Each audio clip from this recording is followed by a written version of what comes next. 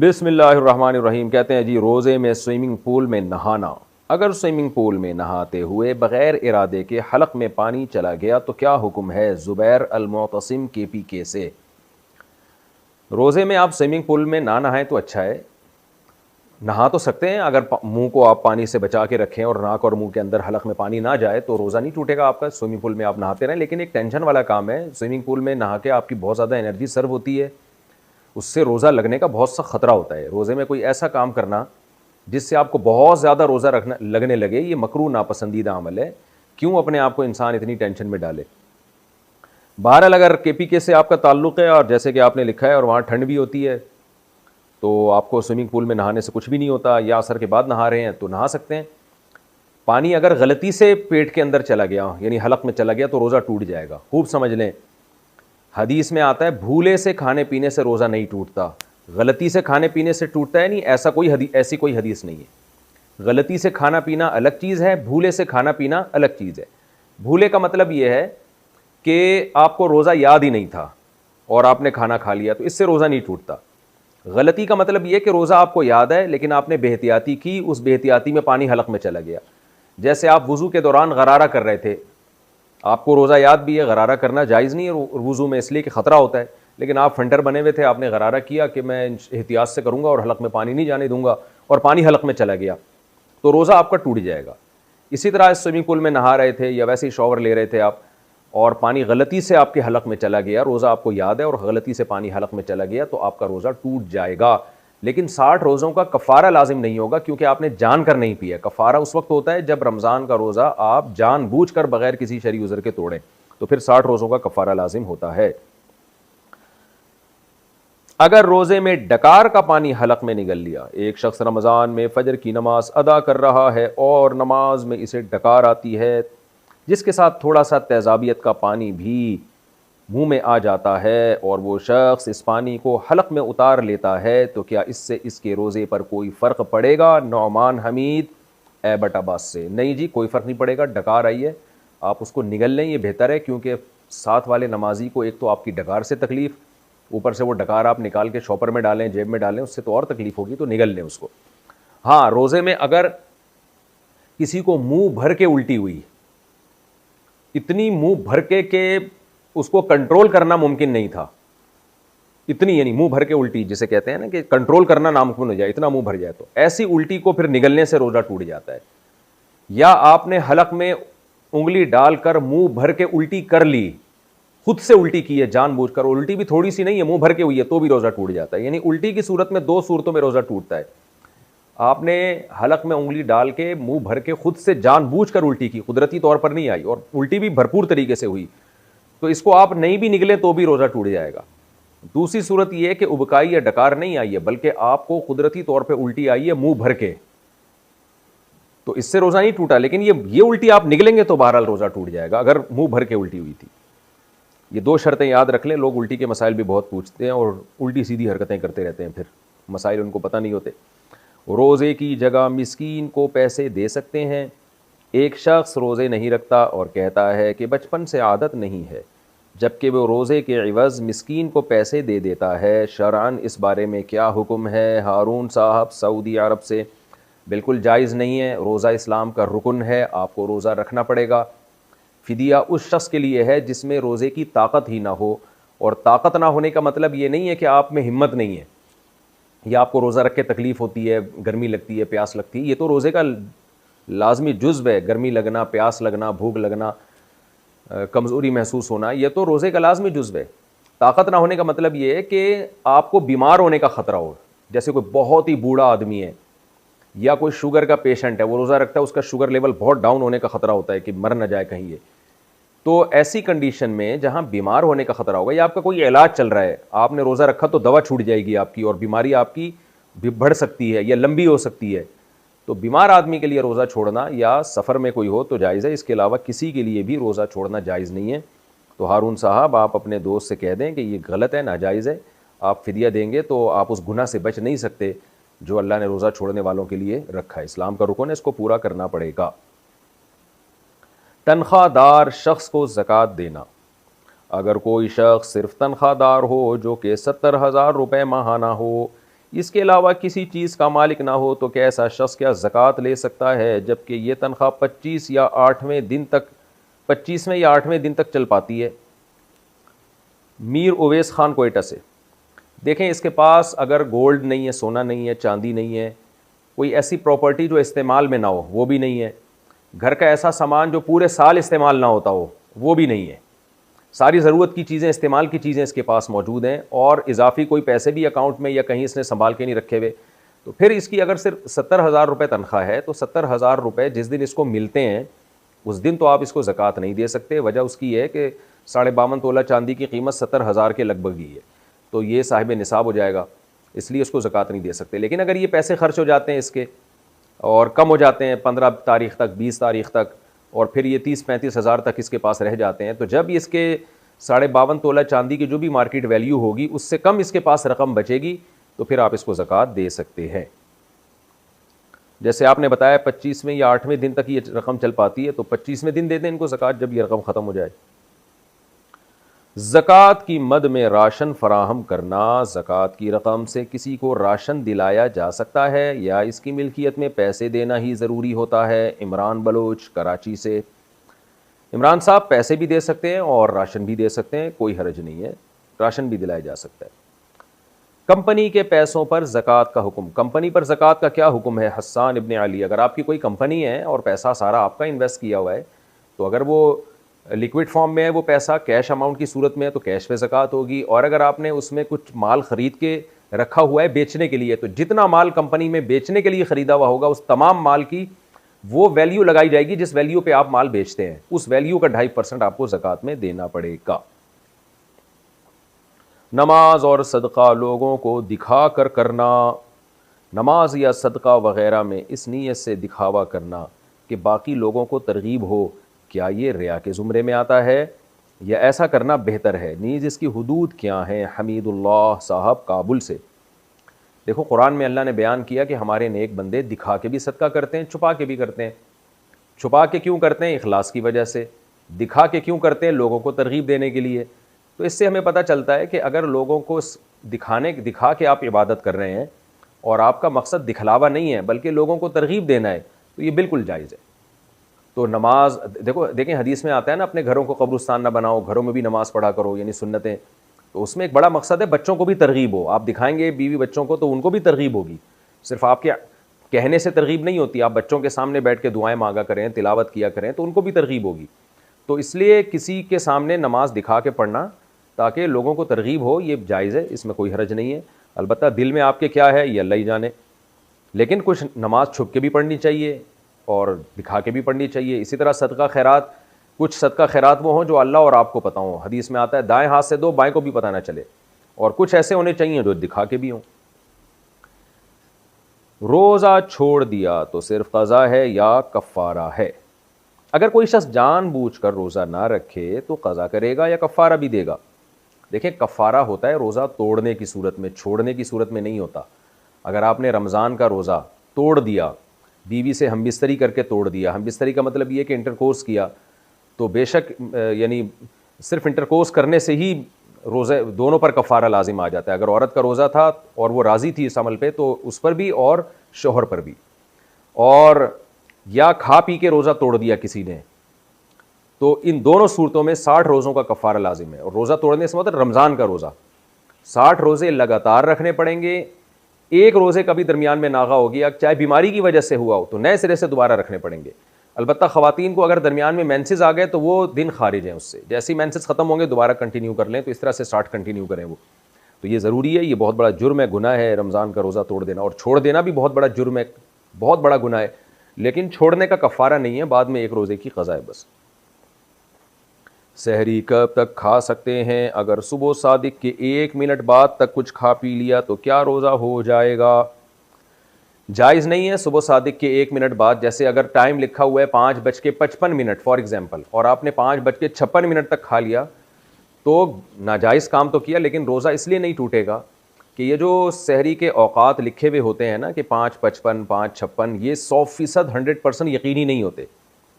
तो इसलिए इसमें अल यकीनु ला यज़ूलु बिशक वाला कायदा चलता है कि 55 के बजाय आपने 56 पे खा लिया 56 तक 1 मिनट ऊपर हो गया तो चूंकि 100% यकीन नहीं हुआ है अभी सहरी ख़त्म होने का, तो हम यही समझेंगे कि गोया अभी वक्त ख़त्म नहीं हुआ, तो यहाँ फ़ायदा पहुँचाया जाएगा रोज़ा रखने वाले को। लेकिन 2 मिनट हो गए तो फिर जो माहिरीन फ़ल्कियात हैं वो कहते हैं 2 मिनट इतनी ताख़ीर है कि फिर आप दोबारा क़ज़ा करें उस रोज़े की, लेकिन इतनी ताख़ीर दुरुस्त नहीं है। बल्कि माहिरीन फ़ल्कियात तो ये कहते हैं कि अगर सहरी का वक्त लिखा है 5:55 तो आप एहतियातन 54 मिनट पे ख़त्म कर दें, एहतियातन। तो इसलिए देर ना करें, लेकिन 1 मिनट अगर ऊपर हो गया है तो इससे रोज़ा टूटेगा नहीं।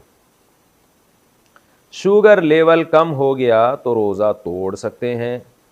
मेरा शुगर लेवल अक्सर कम हो जाता है, अगर रोज़ा ना हो तो कुछ मीठा खा लिया जाए तो बेहतर हो जाता है, लेकिन रोज़े की हालत में शुगर लेवल कम हो जाए तो क्या रोज़ा तोड़ने की गुंजाइश होगी? जी हाँ भाई, गुंजाइश नहीं। आप पर तो शुगर के मरीज़ों पर तो ये चीज़ लाजिम मालूम होती है, क्योंकि हमने अपने रिलेटिव्स में देखा है, शुगर के पेशेंट थे, रोज़ा रखा, शुगर लेवल डाउन हुआ और इन्ना लिल्लाह हो गया उनका अचानक। तो शुगर के मरीज़ को हर वक्त अपनी जेब में चीनी रखनी चाहिए। अगर वो रोज़ा रखता है तो चीनी हर वक्त अपने पास रखें। अगर रोज़े में उनकी तबीयत ख़राब होने लगे और अंदाज़ा हो जाए कि इन्ना लिल्लाह होने वाला है तो फ़ौरन चीनी खा लें, ताकि इन्ना लिल्लाह होने से उनकी हिफाजत हो जाए।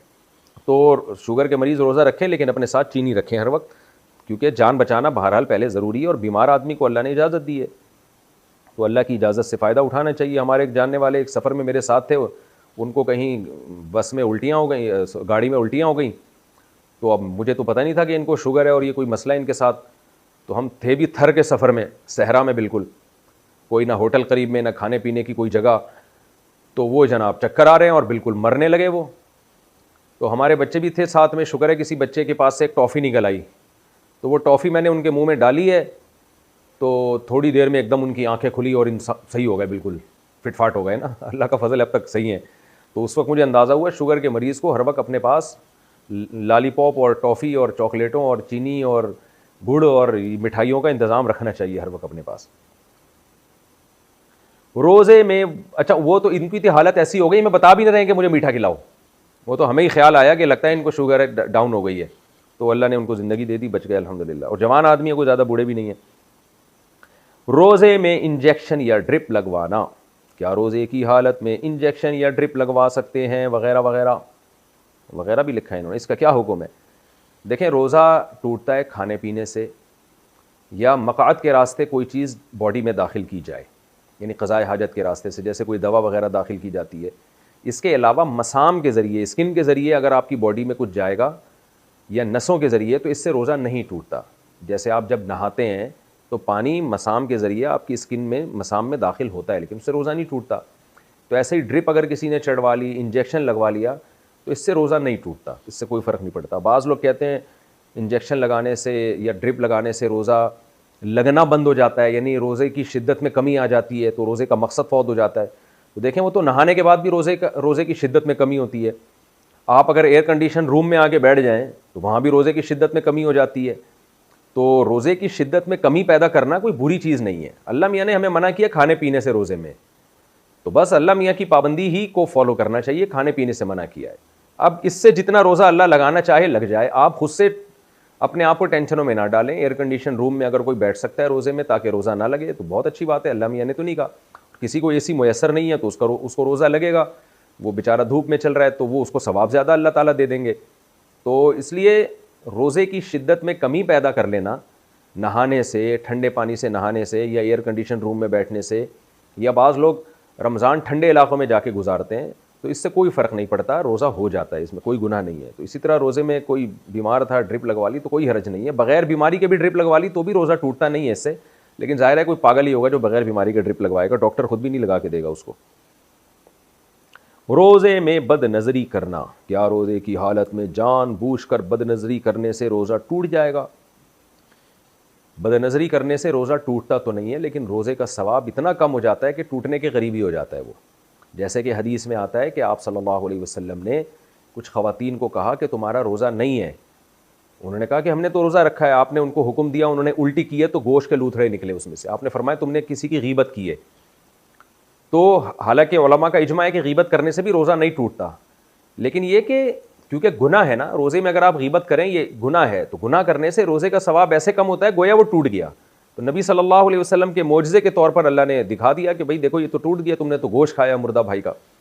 तो बदनज़री करना, बेहयाई करना, रोज़ा फ़िल्म देख के रोज़े गुजारना, ये सब चीज़ें रोज़े के सवाब को कम कर देती हैं। अलबत्ता रोज़े का रुकन बहरहाल अदा हो जाता है। रमज़ान का जो रोज़ा था अगर ना रखते तो उसका जो गुनाह था वो तो बहुत ज़्यादा था फिर, इसलिए रोज़े में गुनाहों से बचना चाहिए। हदीस में आता है रोज़ा ढाल है, इंसान को बुराइयों से रोक लेता है। और आप सल्लल्लाहु अलैहि वसल्लम ने यह भी फरमाया कि रुब्ब साइमिन लैसा लहुम फिस सियामी इल्लल जू व रुब्ब काइमिन लैसा लहुम फिल क़ियामी इल्ला सहर औ कमा क़ाला सल्लल्लाहु अलैहि वसल्लम। पूरे अल्फाज हदीस के अरबी में मुझे याद नहीं है। नबी सल्लल्लाहु अलैहि वसल्लम ने फरमाया, मफ़हूम यह है कि बहुत से रोज़ेदार ऐसे हैं जिनको रोज़े में भूख के अलावा कुछ भी हासिल नहीं होता, और बहुत से रातों को जागने वाले ऐसे हैं जिनको तहज्जुद में सिवाय नींद ख़राब करने के कुछ भी हासिल नहीं होता। तो मतलब ये कि वो लोग हैं जो रोज़ा रख के भी गुनाह नहीं छोड़ते, तहज्जुद पढ़ के भी गुनाह नहीं छोड़ते। तो यहाँ भी उलमा ने हदीस का मफ़हूम बयान किया है कि उनको तहज्जुद की बरकतें हासिल नहीं होती, रोज़े की बरकतें हासिल नहीं होती। रोज़ा बहरहाल हो जाएगा, रुकन अदा हो जाएगा, लेकिन रोज़े में सवाब में बहुत कमी होगी। रोज़े से रुख़सत किन लोगों को है? कौन कौन से अफराद रोज़ा छोड़ सकते हैं? देखें, जिन ख़वातीन को मेंसेस शुरू हो जाएं उन पर तो रोज़ा रखना उनके लिए तो जायज़ ही नहीं है, बाद में क़ज़ा करेंगी वो। बाकी दो किस्म के लोगों को अल्लाह ने इजाज़त दी है रोज़ा छोड़ने की, एक बीमार और एक मुसाफिर। मुसाफिर में शर्त यह है कि जब सफ़र आप मुसाफिर बन चुके हों तो बनने के बाद सहरी का वक्त ख़त्म हुआ हो। जैसे कि आपने कराची से ट्रैवलिंग करनी है लाहौर, एक मिसाल दे रहा हूँ, या अमेरिका जा रहे हैं आप, मिसाल आदमी अच्छी दे तो ज़्यादा अच्छा है। जब भेजना ही आपको फ्री में ही भेज रहे हैं ना, तो अमेरिका ही भेज दें सीधा, या बल्कि मक्का मदीना भेज दें, वो ज़्यादा अच्छा है। आप मक्का जा रहे हैं कराची से, तो कराची एयरपोर्ट पे आप बैठे हुए हैं और सहरी का वक्त ख़त्म हो गया, तो आपके लिए रोज़ा छोड़ना जायज़ नहीं है। इसलिए कि जब सहरी का वक्त ख़त्म हुआ है, आप रोज़े के टाइम पे जब दाखिल हुए हैं तो उस वक्त आप मुसाफिर बने नहीं थे, इसलिए उस वक्त आप रोज़ा नहीं छोड़ सकते। आपको रोज़ा रखना पड़ेगा, जहाज़ में कंप्लीट करना पड़ेगा उस रोज़े को। लेकिन जहाज़ उड़ चुका था, कराची छोड़ चुका है और कराची की हुदूद से निकल चुका है, उस दौरान सहरी का वक्त ख़त्म हो गया, अब आप मुसाफिर बन चुके हैं, तो ये सहरी का वक्त जो ख़त्म हो रहा है सफ़र की हालत में हो रहा है, इस सफ़र में आप रोज़ा छोड़ सकते हैं। आप रख भी सकते हैं, रखना ज़्यादा बेहतर है, और छोड़ भी सकते हैं आप। तो फिर जो है आप यानी मकसद ये है कि इस सफ़र से ये वाला सफ़र मुराद है। फिर जब आप कहीं जाके स्टे करेंगे सफ़र में और आप ट्रैवलिंग कर रहे हैं, कम से कम 78 किलोमीटर दूर जा रहे हैं, आप अपने शहर के मुज़ाफ़ात से भी बाहर 78 किलोमीटर दूर जा रहे हैं, तो इतने लंबे सफ़र में जब सहरी का वक्त ख़त्म होगा तो आप रोज़ा छोड़ सकते हैं। और वहाँ पहुँचने के बाद अगर किसी शहर में जब तक आप 15 दिन के स्टे की नीयत नहीं करते, आपके लिए रोज़ा छोड़ना जायज़ है। जहाँ शहर में आपने 15 दिन के स्टे की नीयत कर ली तो फिर आप रोज़ा नहीं छोड़ सकते। अच्छा भाई, रोज़े में दांत से खून निकल आए तो क्या हुक्म है? अगर रोज़े की हालत में दांतों से खून आता हो, कभी थूक पर गालिब और कभी कम, अगर हलक में उतर जाए तो क्या हुक्म है? फ़हीम अशरफ फैसलाबाद से।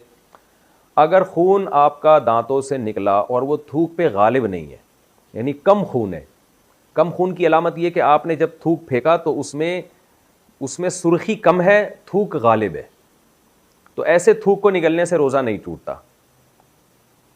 लेकिन अगर आपने थूक फेंका तो वो उसमें सुर्खी ज़्यादा है और थूक कम है, तो इसका मतलब खून गालिब आ गया है, तो फिर ऐसे थूक को आप निगलेंगे तो रोज़ा टूट जाएगा, चाहे आप जान के निगलें या गलती से निगलें। मैं बार बार बताता हूँ, भूले से खाना पीना अलग बात है, गलती से खाना पीना अलग चीज़ है। भूले से कोई चीज़ खा ली या पी ली, रोज़ा नहीं टूटता। भूले का मतलब ये कि आपको रोज़ा याद ही नहीं था, तो आपने खून निगल लिया, आपके मुंह में खून आया, आपने निगल लिया, आपको याद ही नहीं मेरा रोज़ा है, तो इससे रोज़ा नहीं टूटेगा। लेकिन आपको रोज़ा याद है और फिर आपने जो है वो आप ना चाहते हुए भी हलक में वो खून उतर गया, तो फिर रोज़ा आपका टूट जाएगा। रोज़े में कान में दवा डालना, कान में दवा डालने से रोज़े का क्या हुक्म है? हमारे जितने कदीम फ़ुक़हा हैं उन सब ने यही बात लिखी है कि कान में दवा डालने से रोज़ा टूट जाता है। उसकी वजह ये थी कि उन फ़ुक़हा के ज़माने में जो भी तबीब थे, हकीम थे, वो ये समझते थे कि कान से होता हुआ कोई रास्ता हमारे दिमाग तक पहुँचता है, तो इसलिए उन्होंने ये फ़तवा दिया उन हकीमों की और तबीबों की राय के मुताबिक कि चूँकि दिमाग में भी कोई चीज़ डायरेक्ट दाखिल की जाए, जैसे नाक के ज़रिए दाखिल हो जाती है, दिमाग तक चीज़ चली जाती है, तो जैसे नाक के ज़रिए दिमाग में चीज़ पहुँचाई जाएगी तो रोज़ा टूटेगा, तो कान के ज़रिए भी। लेकिन जदीद तहकीक ने यह बात साबित कर दी है कि कान में कोई भी ऐसा रास्ता नहीं है जो हमारे दिमाग तक पहुँचता हो। तो लिहाजा अब इस ज़माने में हमारे फ़ुक़हा का इख्तलाफ हुआ है। हमारे ही बहुत से उलमा बर्र सग़ीर के और दीगर दुनिया के उलमा, उनकी राय ये है कि कान में दवा डालने से रोज़ा टूटेगा। लेकिन इस जदीद तहकीक की बेस पर बहुत से उलमा की राय ये है कि कान में दवा डालने से रोज़ा नहीं टूटता। तो हमारी राय भी यही है कि कान में दवा डालने से रोज़ा नहीं टूटता। ये मैंने डिटेल इसलिए बयान कर दी कि हो सकता है कोई कदीम फ़ुक़हा का हवाला दे और क्या उन्होंने तो लिखा है किताबों में कि रोज़ा टूट जाता है। तो मैंने अर्ज़ किया वो इसलिए लिखा है कि उनका ख्याल ये था कि कान से होता हुआ कोई रास्ता हमारे दिमाग तक पहुँचता है, हम कान में कोई चीज़ डालते हैं तो वो हमारे दिमाग में पहुँचती है। उनकी ये राय थी। देखिए ये तहकीक से गलत साबित हो गई है ये बात। रोज़ा में क्या सुरमा लगा सकते हैं? क्या दौरान रोज़ा आँख में सुरमा डाला जा सकता है? अदनान ज़फ़र: जी जनाब, आँख में सुरमा भी लगाया जा सकता है और आँख में दवा भी डाली जा सकती है, चाहे वो दवा हलक तक ही महसूस क्यों ना हो। वजह उसकी है कि ये हदीस से साबित है। तो जब नबी सल्लल्लाहु अलैहि वसल्लम से एक चीज़ साबित हो गई है तो फिर बाज़ लोग उसमें कहते हैं कि वो हम आँख में दवा डालते हैं तो हलक में महसूस होती है। तो भाई होने दो महसूस, रोज़ा नहीं टूटेगा क्योंकि नबी सल्लल्लाहु अलैहि वसल्लम से साबित है। रोज़े में ठंडे पानी से नहाना: क्या ठंडे पानी से नहाने से रोज़ा टूट जाता है या मकरूह हो जाता है? महराज महसूद: महराज भाई, रोज़े में नहाया ही ठंडे पानी से जाता है। अगर आप गर्मियों के रोज़ों में गर्म पानी से नहाएंगे तो आप तो आधे हो जाएंगे, एक रोज़ा गुजारना आपके लिए नामुमकिन हो जाएगा। तो रोज़े में ठंडे ठंडे पानी से नहाया करें, बहुत मज़ा आता है।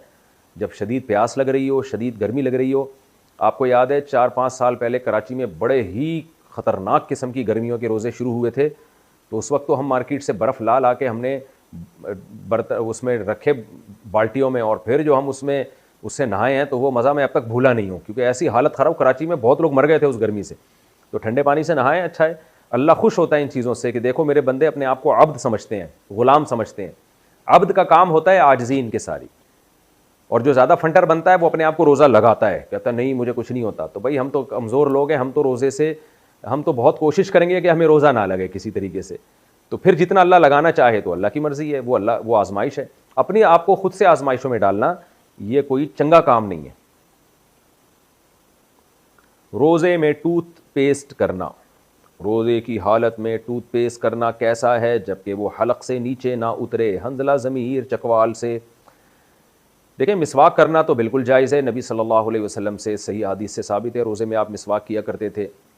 टूथपेस्ट में मसला ये है, बज़ाते ख़ुद टूथपेस्ट करना भी जायज़ है, लेकिन उलमा मना इसलिए करते हैं, उसको मकरूह इसलिए करार देते हैं कि उसमें इस बात का बहुत ज़्यादा इम्कान होता है कि हलक में चला जाए, क्योंकि वो एक टेस्ट वाली चीज़ है, झाग बनता है।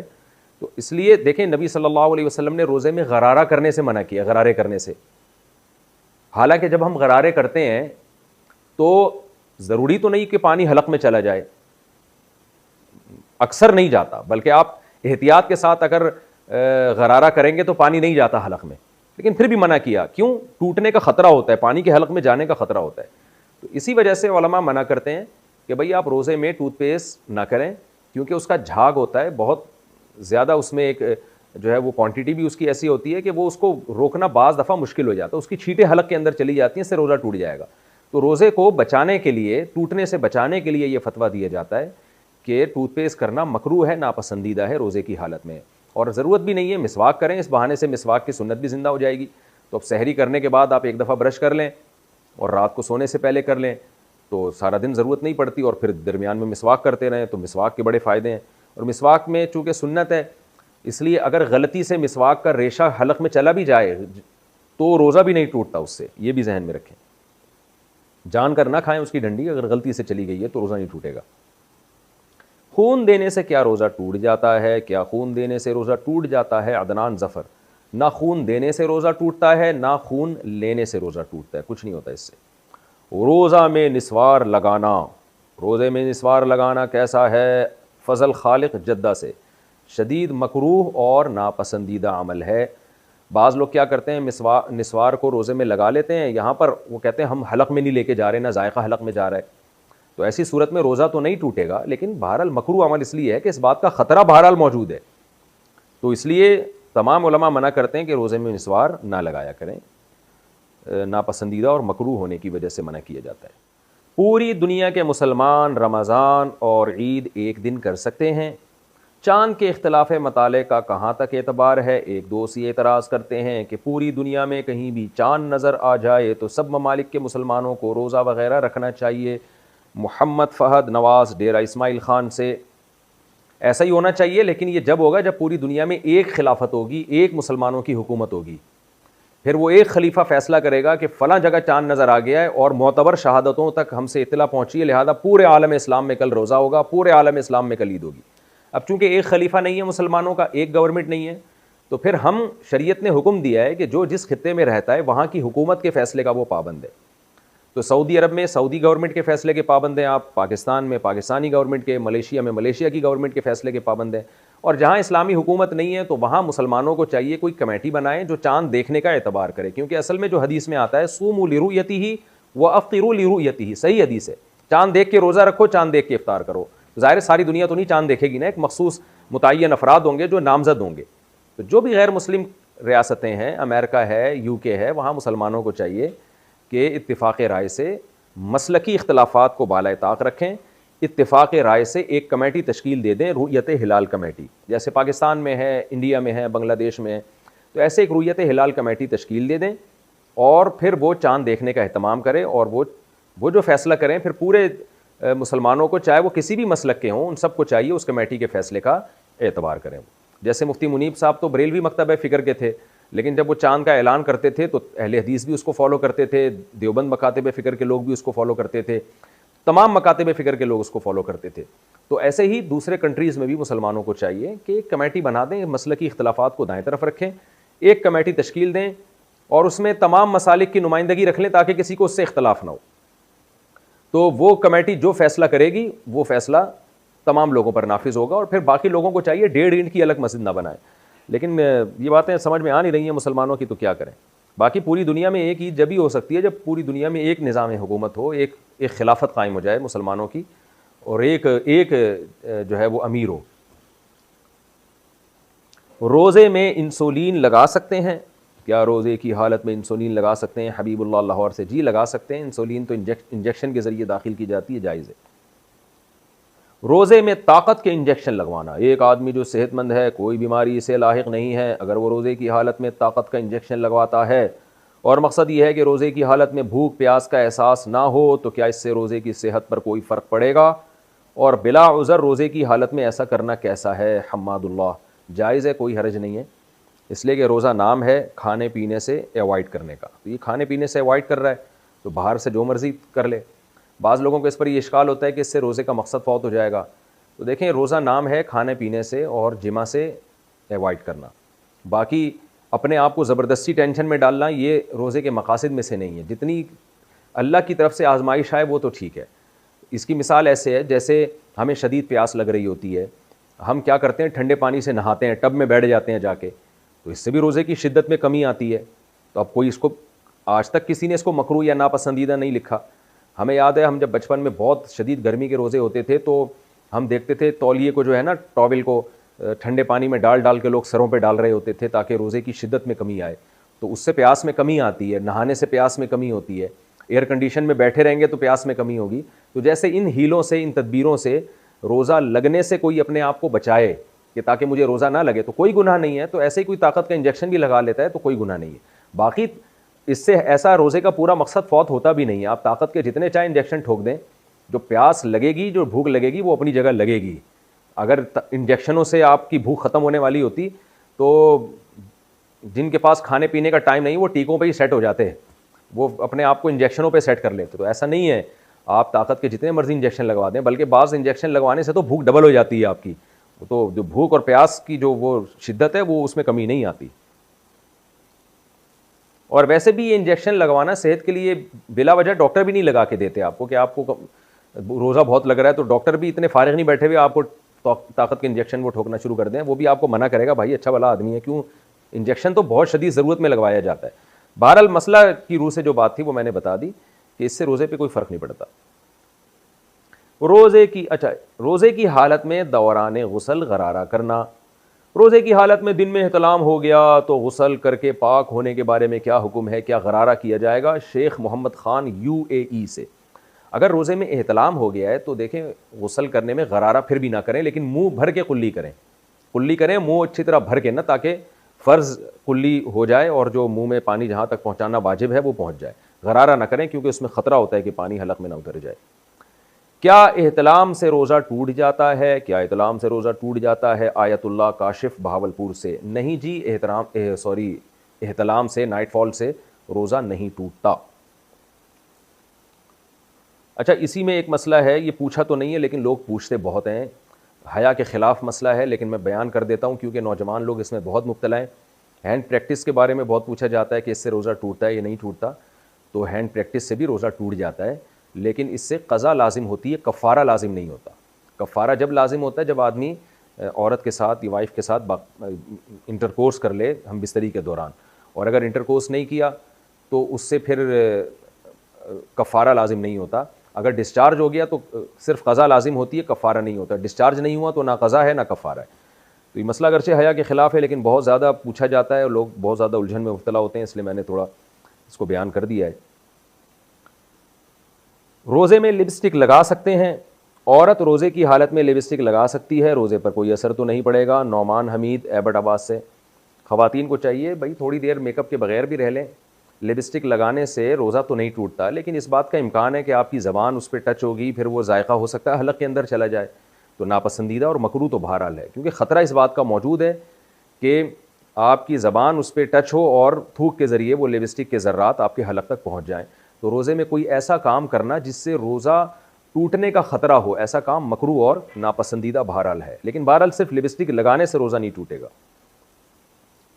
मरीज़ का रोज़े के दौरान ऑक्सीजन लेना, क्या मरीज़ रोज़े की हालत में ऑक्सीजन इस्तेमाल कर सकता है? इनामुल हक़ कोयटा से। जहाँ तक मेरी मालूमात हैं, ऑक्सीजन जब मरीज़ को दी जाती है तो उसमें दवा के भी कुछ ज़र्रात होते हैं, तो इसलिए ऑक्सीजन लेने से रोज़ा टूट जाएगा। वजह उसकी है कि वो दवा के ज़र्रात आपके लंग्स में, आपके फेफड़ों में जा रहे होते हैं। लेकिन अगर माहिर डॉक्टर आपको ये कह दें कि ऑक्सीजन में लेने में कोई ज़र्रात नहीं है कोई दवा के कोई ज़र्रात नहीं है, खालिस ऑक्सीजन जैसी गैस ही आपके फेफड़ों में जा रही है, तो फिर रोज़ा नहीं टूटेगा। तो जो मुझे मालूमात थी मैंने उसके हिसाब से बता दिया आपको। हामिला औरत के लिए रोज़े का हुक्म। अच्छा भाई, हामिला औरत को अगर रोज़ा मुश्किल लग रहा हो तो वो रोज़ा रखेगी या नहीं? अगर वो रोज़ा रखे और फिर सुबह 10 बजे के करीब रोज़ा तोड़ दे तो इस पर क़ज़ा लाजिम है या कफ़ारा?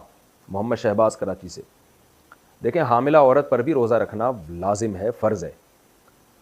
अगर उसको बीमार होने का ख़तरा है, तो जैसे दीगर बीमारों को रोज़ा छोड़ना जायज़ है, तो हामिला औरत को भी, अगर देखें हमल बज़ाते ख़ुद बीमारी नहीं है।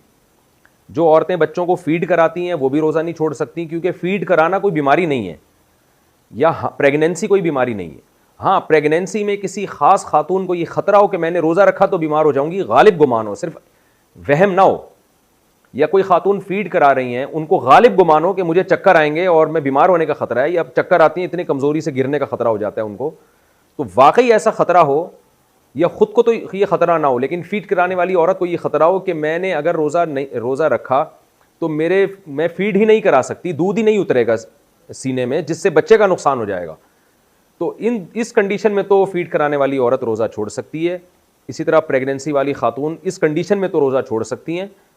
अदरवाइज़ प्रेगनेंसी में भी रोज़ा नहीं छोड़ना जायज़, और फीड कराने वाली औरत के लिए भी रोज़ा छोड़ना हराम है।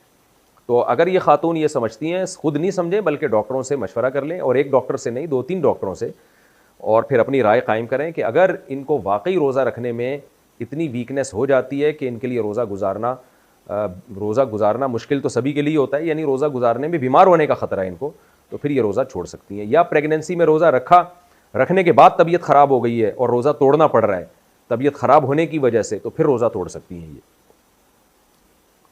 लेकिन वैसे प्रेगनेंसी में जो है ना, बहुत सी ख़वातीन रखती हैं रोज़ा, मगरिब से लेकर सहरी तक खाती रहें, किसने मना किया है?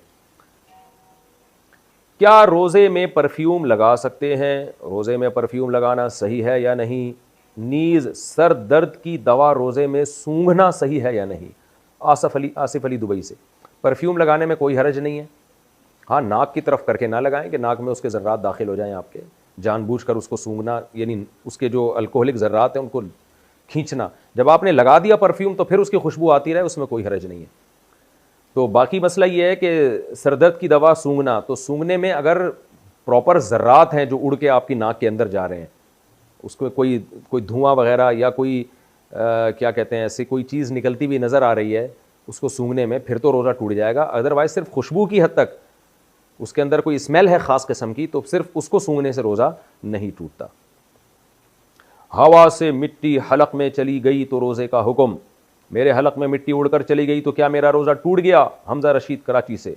नहीं जी, रोज़ा नहीं टूटा। गर्दो गुबार से रोज़ा नहीं टूटता।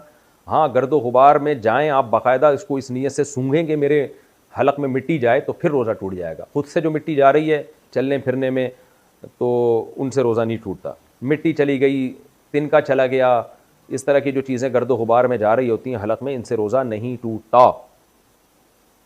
ये भी ज़रा हया के ख़िलाफ़ मसला है, लेकिन शादीशुदा लोग बहुत ज़्यादा पूछते हैं तो मैं बयान कर देता हूँ। रोज़े में ज़ौजा से बोसो किनार करना, क्या रोज़े की हालत में शहवत से या बग़ैर शहवत के बीवी को छूना जायज़ है? क्या बोसो किनार करना जायज़ है? उदास मलिक ने चकवाल से पूछा है। जायज़ है, इसमें कोई गुनाह नहीं है। अलबत्ता अगर डिस्चार्ज हो गए तो फिर गुनाह भी होगा, रोज़ा भी टूट जाएगा, कफ़ारा लाजिम नहीं होगा। कफ़ारा उस सूरत में लाजिम होता है जब इंटरकोर्स कर लिया जाए, तो फिर बेशक डिस्चार्ज ना भी हो, इंटरकोर्स करने के बाद कफ़ारा भी लाजिम है 60 रोज़ों का, जिसकी डिटेल मैं पहले बता चुका हूँ, और रोज़ा भी टूट गया। और बीवी भी कभी अगर रोज़ा था तो उस पर भी कफ़ारा लाजिम होगा। सहरी में कुछ ज़र्रात मुंह में रह गए तो रोज़े का हुक्म। सहरी में कुल्ली करने के बावजूद कुछ ज़र्रात मुंह में रह गए, कुछ ज़र्रात अगर रोज़े की हालत में वो पेट में चले जाएं तो इससे क्या रोज़ा टूट जाएगा? अंसर खान इस्लामाबाद से। थोड़े बहुत ज़र्रात जो मुंह में रह जाते हैं, बाद में अगर आपने उनको निगल लिया तो इससे रोज़ा नहीं टूटता। हाँ, अगर चने के दाने के बराबर ज़र्रात थे, ये जो भुने हुए चने होते हैं ना, इनके इतने ज़्यादा ज़र्रात थे कि आप समझते कि एक चने के दाने के बराबर हैं, तो फिर अगर इनको आपने निगल लिया सहरी का वक्त ख़त्म होने के बाद, तो फिर रोज़ा टूट जाएगा। इनसे कम ज़र्रे के जो ज़र्रात होते हैं, तो थोड़े बहुत जो रह जाते हैं ज़बान में अटके हुए, उनसे रोज़ा नहीं टूटता अगर वो निगल लिए जाएँ। धुआं हलक में चला गया तो रोज़े का हुक्म। रोज़े की हालत में खाना बनाते वक्त धुआं हलक में चला जाए तो क्या हुक्म है? फरीहा कुद्दूस।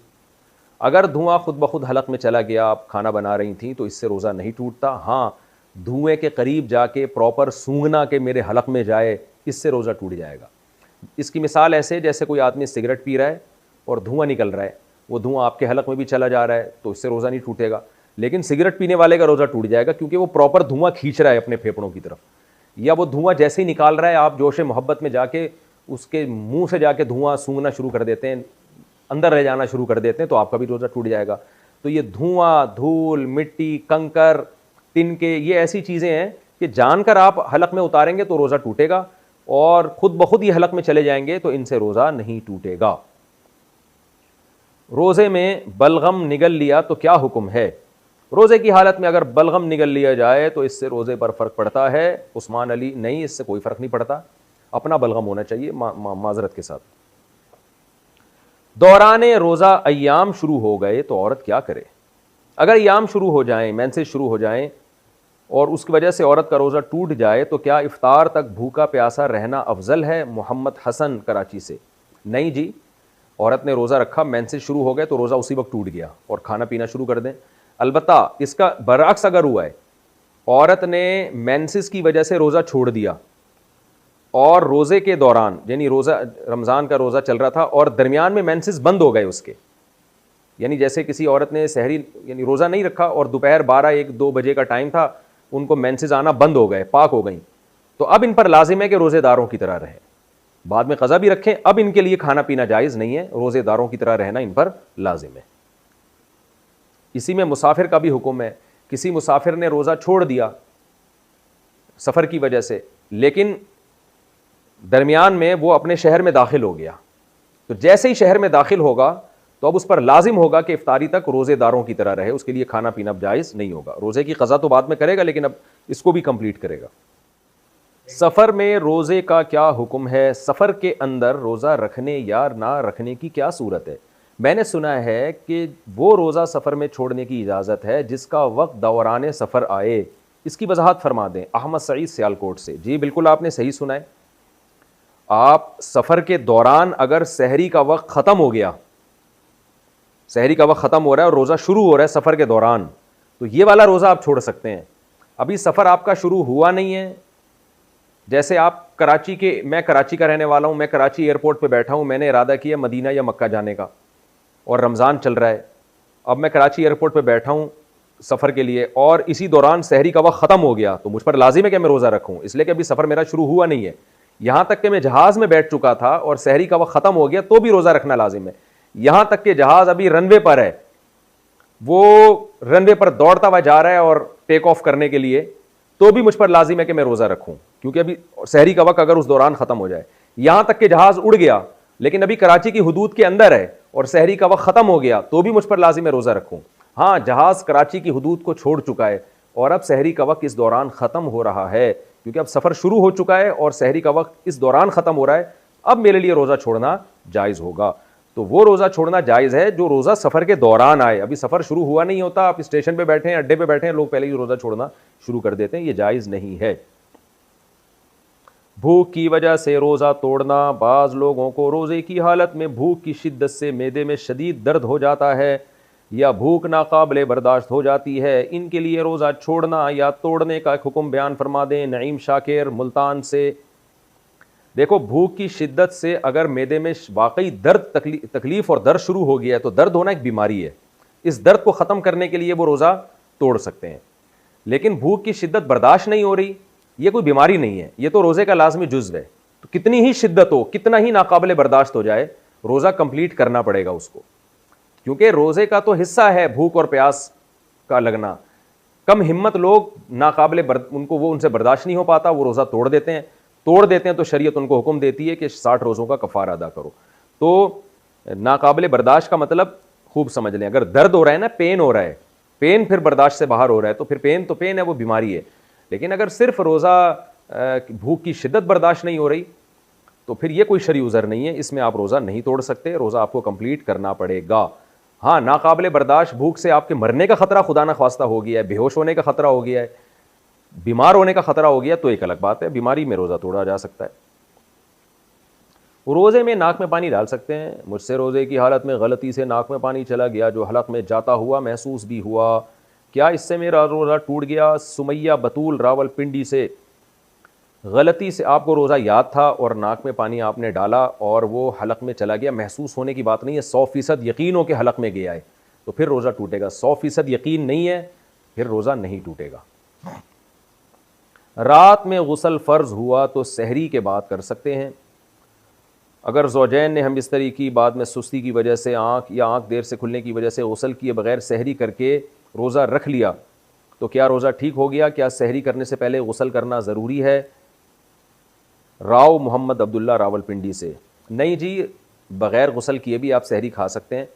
सहरी करने के बाद फिर फ़र्ज़ नमाज़ पढ़ने से पहले आप गुस्ल कर लें, क्योंकि नमाज़ क़ज़ा करना गुनाह कबीरा है। तो रोज़े का गुस्ल से कोई ताल्लुक़ नहीं है, गुस्ल का ताल्लुक़ नमाज से है, रोज़े से नहीं है। पाकिस्तान से दुबई पहुँचे तो पता चला वहाँ रोज़ा था। मैं पाकिस्तान से दुबई आया था, पाकिस्तान में इस वक्त रोज़ा नहीं था, अगले दिन रोज़ा था। मैं जब दुबई पहुँचा तो यहाँ रोज़ा था, लेकिन मैंने सहरी नहीं की, इसलिए रोज़ा नहीं रखा मैंने। क्या वो रोज़ा मुझे ईद के बाद क़ज़ा करना पड़ेगा? मोहम्मद आमिर दुबई से। जनाब मोहम्मद आमिर साहब, चूँकि आप जब पाकिस्तान में थे, सहरी का वक्त जो था वो दुबई में नहीं शुरू हुआ, बल्कि रास्ते में ही सहरी का वक्त शुरू हो गया और आपने रोज़ा नहीं रखा, और जब आप दुबई पहुँचे तो वहाँ रोज़ा था। तो चूँकि आप पे ये रोज़ा वाजिब नहीं हुआ था, वाजिब इसलिए नहीं हुआ था कि सफ़र के दौरान आप दुबई में नहीं थे, उस वक्त सहरी का वक्त ख़त्म हो चुका था दुबई पहुँचने से पहले ही। तो चूँकि ये रोज़ा सिरे से आप पर लाजिम ही नहीं हुआ था, आप पाकिस्तान के हिसाब से थे उस वक्त तक, तो जब लाजिम ही नहीं था तो इस रोज़े की क़ज़ा फिर आप पर लाजिम नहीं होगी, क्योंकि रोज़े में तजज़ी नहीं होती, टुकड़े टुकड़े नहीं किया जा सकता रोज़े के अज्ज़ा को। तो इसलिए रोज़ा की क़ज़ा उस वक्त लाजिम होती जब आप सुबह सादिक से पहले दुबई पहुँच जाते, और फिर दुबई में आप मुसाफिर होने की वजह से रोज़ा छोड़ भी देते तो बाद में आप पर क़ज़ा वाजिब होती, और अगर रख लेते तो फिर रख लेते।